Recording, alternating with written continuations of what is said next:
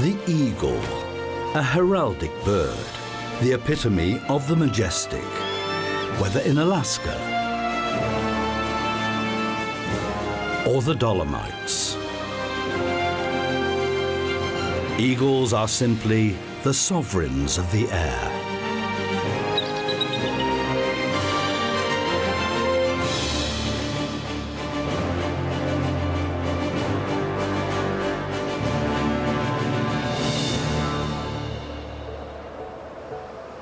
Alaska, the most northerly of the United States, is famous for its eagles. And yet that bird became the symbol for the whole of the United States. The bald eagle.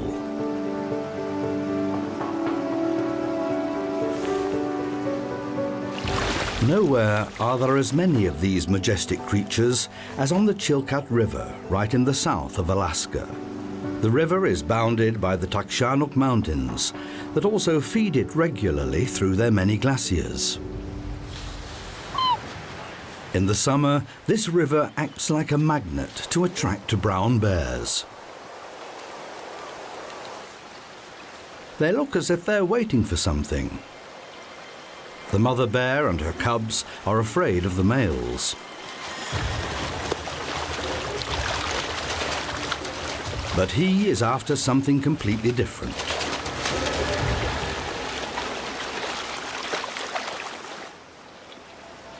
A different member of the group is more fortunate. Salmon are the reason why they have all come to the river, whether they are large or small.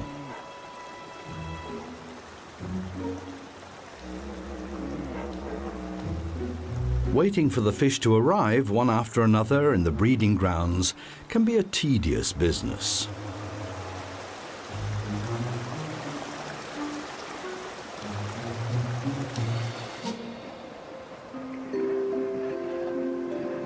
The younger generation has found an alternative pastime.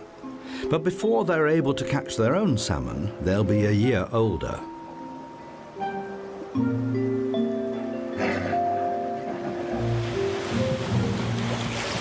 Even experienced bears' salmon fishing skills are overshadowed by those of the bald eagles.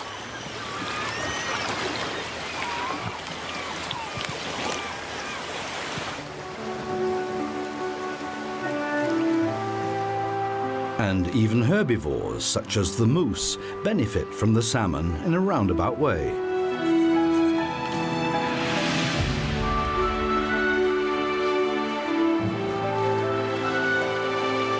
As many as 4 times in a year, chum salmon migrate up the Chilkat River. After spawning, the fish will die, and are then even easier prey for the eagles and bears. Their remains fertilize the soil, which helps the lush vegetation to flourish. Besides the bears and eagles, the Chilkat has other attractions to offer, and they also act as landscape designers. Canadian beavers. They're larger than their European cousins, and there is even discussion about whether or not they are a species in their own right. Thanks to their powerful flat tails and webbed feet, they're perfectly adapted to a life in and around the water. The entrances to their lodges are always underwater to provide protection. To make sure the entrances remain underwater, beavers build the dams they're famous for. Kits stay with their parents for 2 years before they set off in search of a home of their own.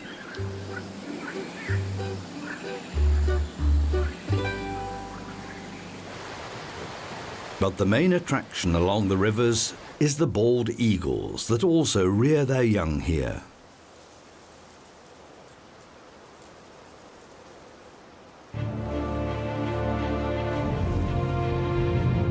With a wingspan of up to 2.5 meters, they're among the most impressive of the eagles.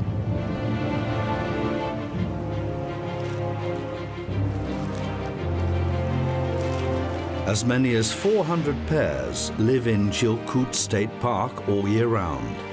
And in 2017, 80 eyries were counted. The young remain in the eyrie for nearly a quarter of a year. However, by September at the latest, they must leave the nest because Alaska's summer is a short one. The northern lights against a clear, starry sky are the harbinger of winter.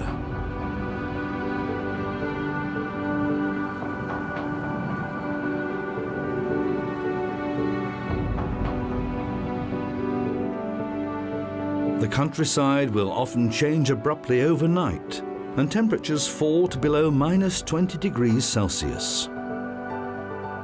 Mist provides a mystic touch over the landscape, an unusual feature where the temperatures generally cause all water of any kind to freeze. This is equally puzzling. In some places, increasing numbers of eagles are congregating. What do they expect to find here in this snowy wilderness? Oddly enough, the river is not completely frozen over. This is the reason why mist rises above the water, which is now warmer than the surrounding land.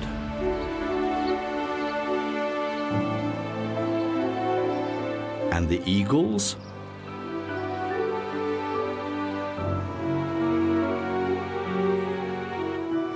They are waiting, just as they did in the summer together with the bears. The bears have started their hibernation phase, otherwise they would surely be here too. The ice sheet has a secret. There are salmon migrating under it. This is the fourth and final salmon migration of the year, and nowhere else does it take place so late in the year. The fish migrate around 40 kilometers upstream as far as the ice-free regions. As if by magic, the river meanders completely free of ice for around 10 kilometers through the surrounding frozen countryside. The answer to the mystery lies in the volcanic activity in the region. Hot springs feed various small tributaries of the Chilkat. Sources of life. But not for the salmon. The warm water does mean that they can spawn here, but for them, the Chilkat is the river of death, as it's often referred to.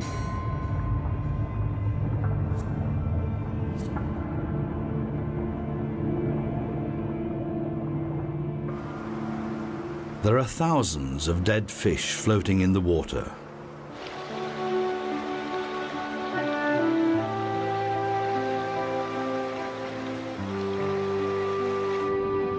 As is true after every salmon run, the exhausted salmon will die after spawning.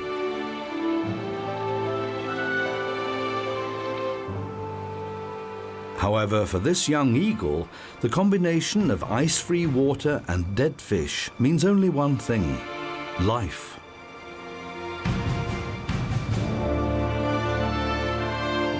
And that does not only apply to him. 3,000 to 4,500 eagles gather along the Chilkat at this time every year, unparalleled anywhere else in the world. The visitors outnumber the permanent residents by 3 to 1. Many come from regions hundreds of kilometers away, and some will even travel 2,000 kilometers from the state of Washington. They are all here because of the salmon, dead or alive.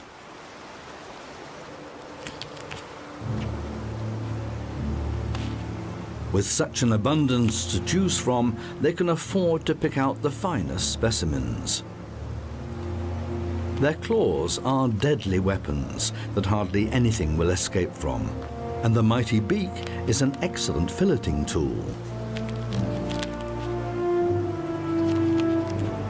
The brown head and dark beak identify this one as a young bird, and the brownish white-spotted underbody means it's at least 2 years old. Nowhere other than by the Chilkat does such a young bird have such a good chance of surviving the winter. Many fledglings elsewhere do not survive their first winter. Eagles do not sport the yellow beak and white head until they are 6 years old.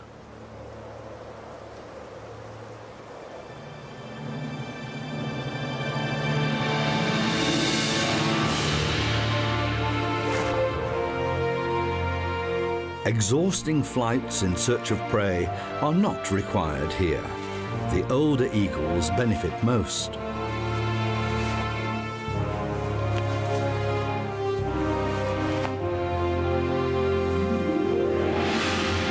The pecking order is clearly defined. Fledglings give way to their elders.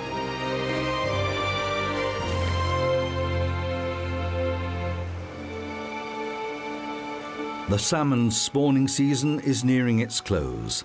The last survivors are completely exhausted. About 5 to 7 years ago, these salmon hatched here and then swam down the Chilkat into the Pacific. There they grew until it was time for them to tackle the long, tiring journey back to their nursery.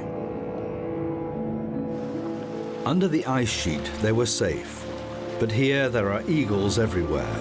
Salmon that get caught too early are unable to fulfill the object of their travels, spawning. And those that do spawn are still bound to die here. Throughout the entire migration, the fish have gone without food. Their fate is sealed. A fully grown salmon can weigh up to 4 kilos, almost as much as the bald eagle itself. Dragging the fish from the water is a feat of strength even for North America's second largest bird of prey. Only the condor is larger than the eagle.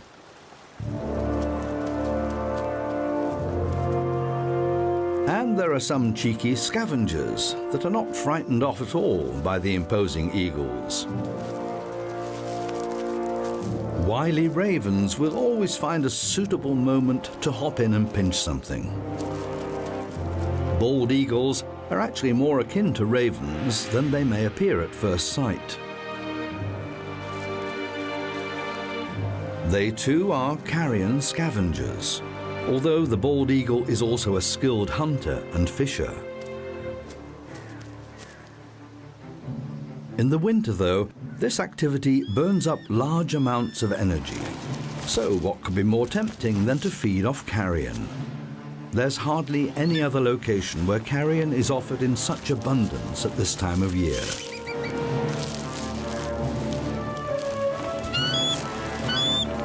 These days of gluttony are numbered.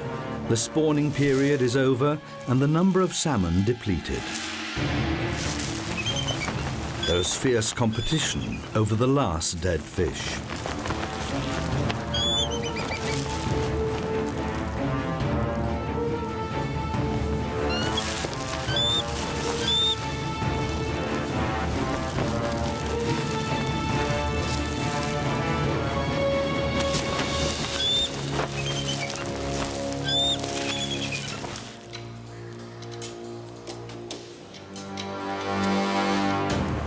A young eagle makes an audacious attack on one of the elder ones, but fails.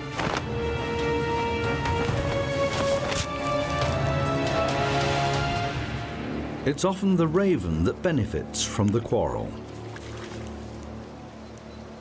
A mere bone is hardly a replacement. Some birds of prey can indeed eat and digest bones, but the bald eagle is not one of them. These winter visitors will soon be leaving the Chilkat.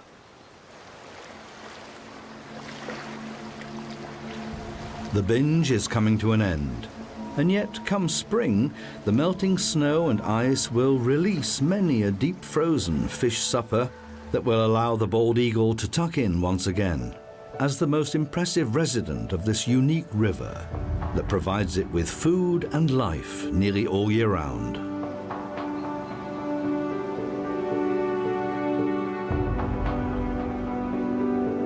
Many thousands of kilometers away, there's a mountainous country that can certainly claim to be on a par with the Alaskan Tashanok Mountains in many respects. The Dolomites, a range of mountains in the southeast of the Alps. This is the home of the golden eagle, Europe's largest bird of prey, and of its prey, marmots and chamois.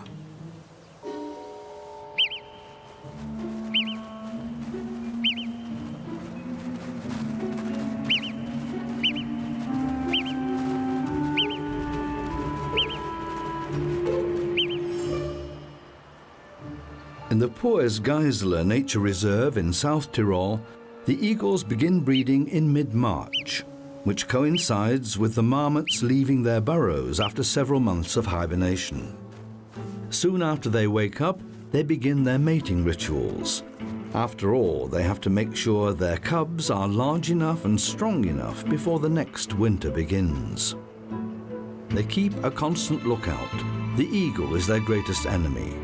Marmots make up 60% of its food requiremts.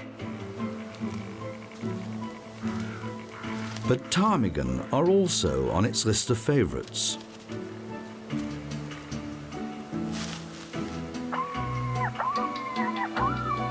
These are still well camouflaged.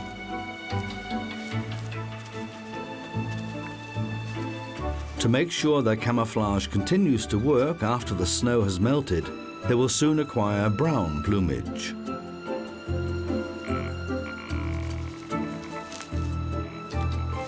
Slow movements to avoid attracting attention and the watchful eye on the skies help to prolong individual survival. Only the males sport red eyebrows. The females are less obviously colorful.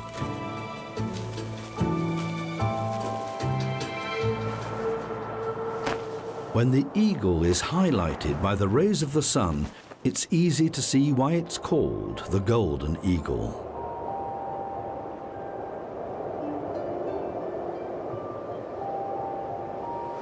Its eyrie is at an altitude of 2,000 meters in the north-facing wall of the Geisler Group.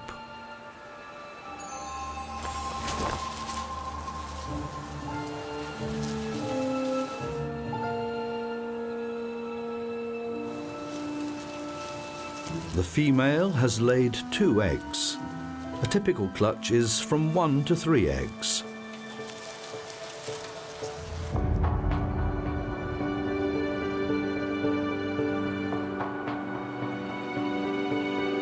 While the female broods, the male goes hunting and supplies his mate with food. However, some sightings claim that the partners take it in turn to brood. As they glide on the lookout for prey or carrion, these birds make use of thermal upwinds. The female's wingspan is over 2 meters 20, but the males are smaller. The male alpine ibex, which is the other wild goat species in the Alps alongside the chamois, need not fear the eagle. Even the smaller females are too large for that bird of prey. But things will soon be different when the next kids are born. The females tend to live separately from the males, and they only come together in the winter during the mating period. The safest places for the goats that are very sure-footed are the steep slopes, which in the Dolomites are plentiful, where the eagles have great difficulty attacking. 1.5 months later, a single eagle chick hatches. Since the eggs are laid one after the other, they do not all hatch at the same time. But it looks here as if the second egg was not fertilized. The male delivers the prey to the nest for the female and chick, and then returns to the mountains for more.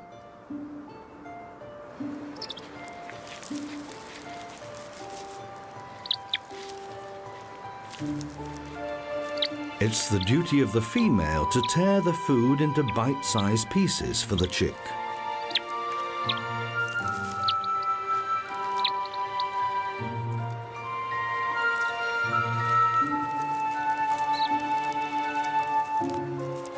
not always an easy task.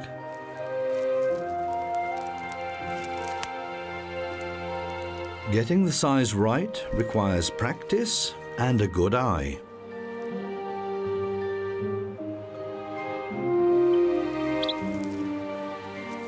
When a 6-kilo mother and a featherweight chick share the same cramped space, the mother has to be very careful how she maneuvers.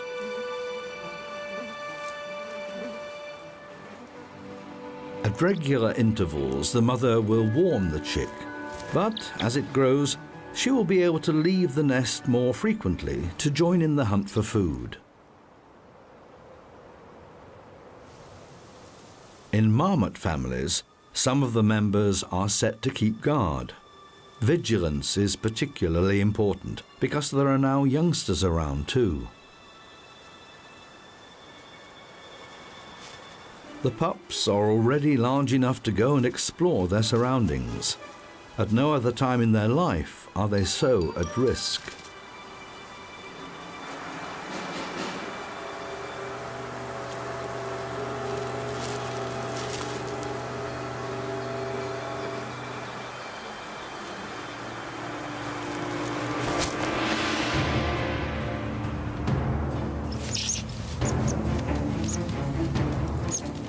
While they are engrossed in their playful fights, they only have eyes and ears for each other.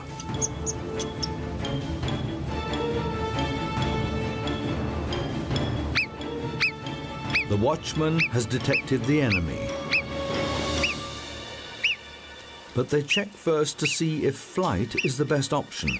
After all, running uses up valuable energy.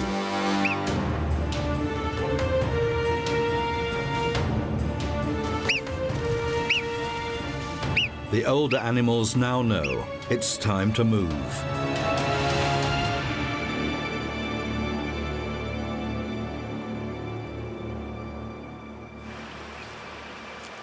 In the meantime, the chick in the eyrie is busy with itself.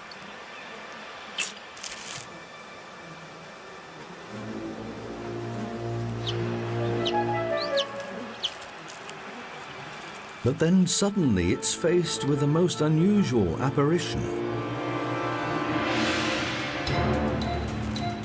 Like the phoenix rising from the ashes, a much maltreated marmot appears right up here in the wall. There can only be one explanation.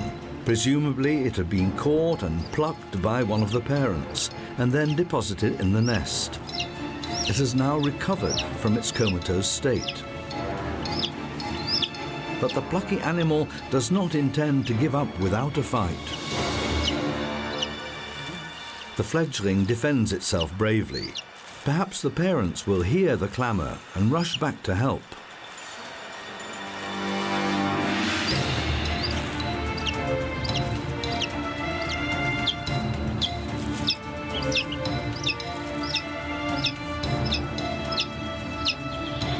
Finally, the chick comes out of hiding.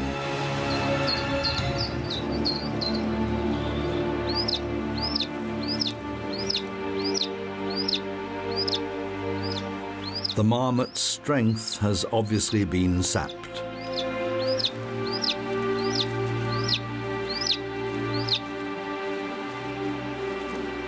One thing is for sure, there is no escape from the eyrie.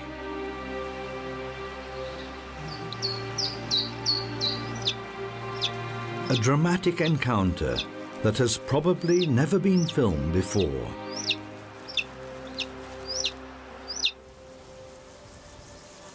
Spring arrives late and quickly transitions into early summer, the most beautiful time on the mountain meadows.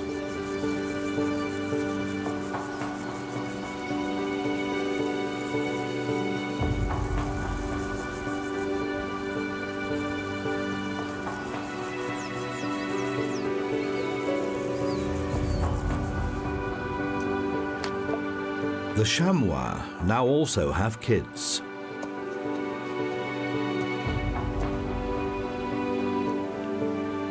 Within a very short time, they are remarkably sure-footed. For mountain goats, This is the best time of the year, with abundant supplies of juicy food. The bond with the mother is still very close, but the babies grow quickly.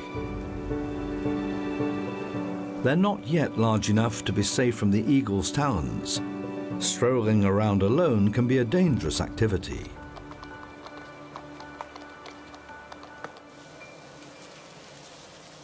The eagle chick is now 7 weeks old and developing well. The flight and covert feathers are already showing through the downy coat. The chick is able to serve itself now. Despite its sturdy-looking legs, standing up is still a wobbly affair. A fall from this height would be fatal.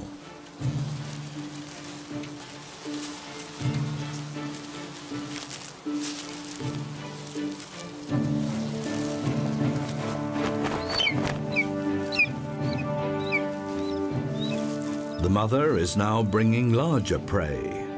This chamois kid obviously didn't get into a safe place in time. Being fed is still the preferable option at this age, and the most effective.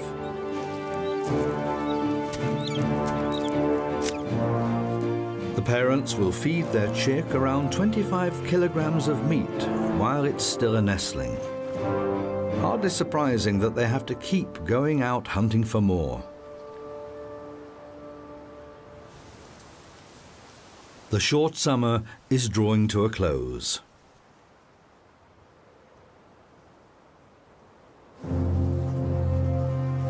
The eaglet is now 2.5 months old and is vigorously exercising its flight muscles. But some time will pass before it can hunt on its own.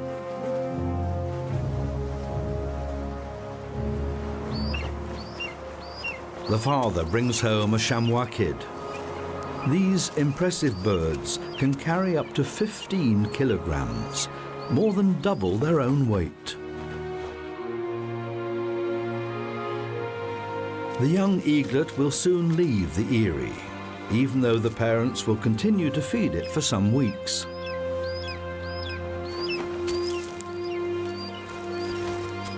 Golden eagles have conquered almost the entire northern hemisphere, from the west coast of North America to the east coast of China. But the hunting grounds belonging to this young eagle must be among the most beautiful.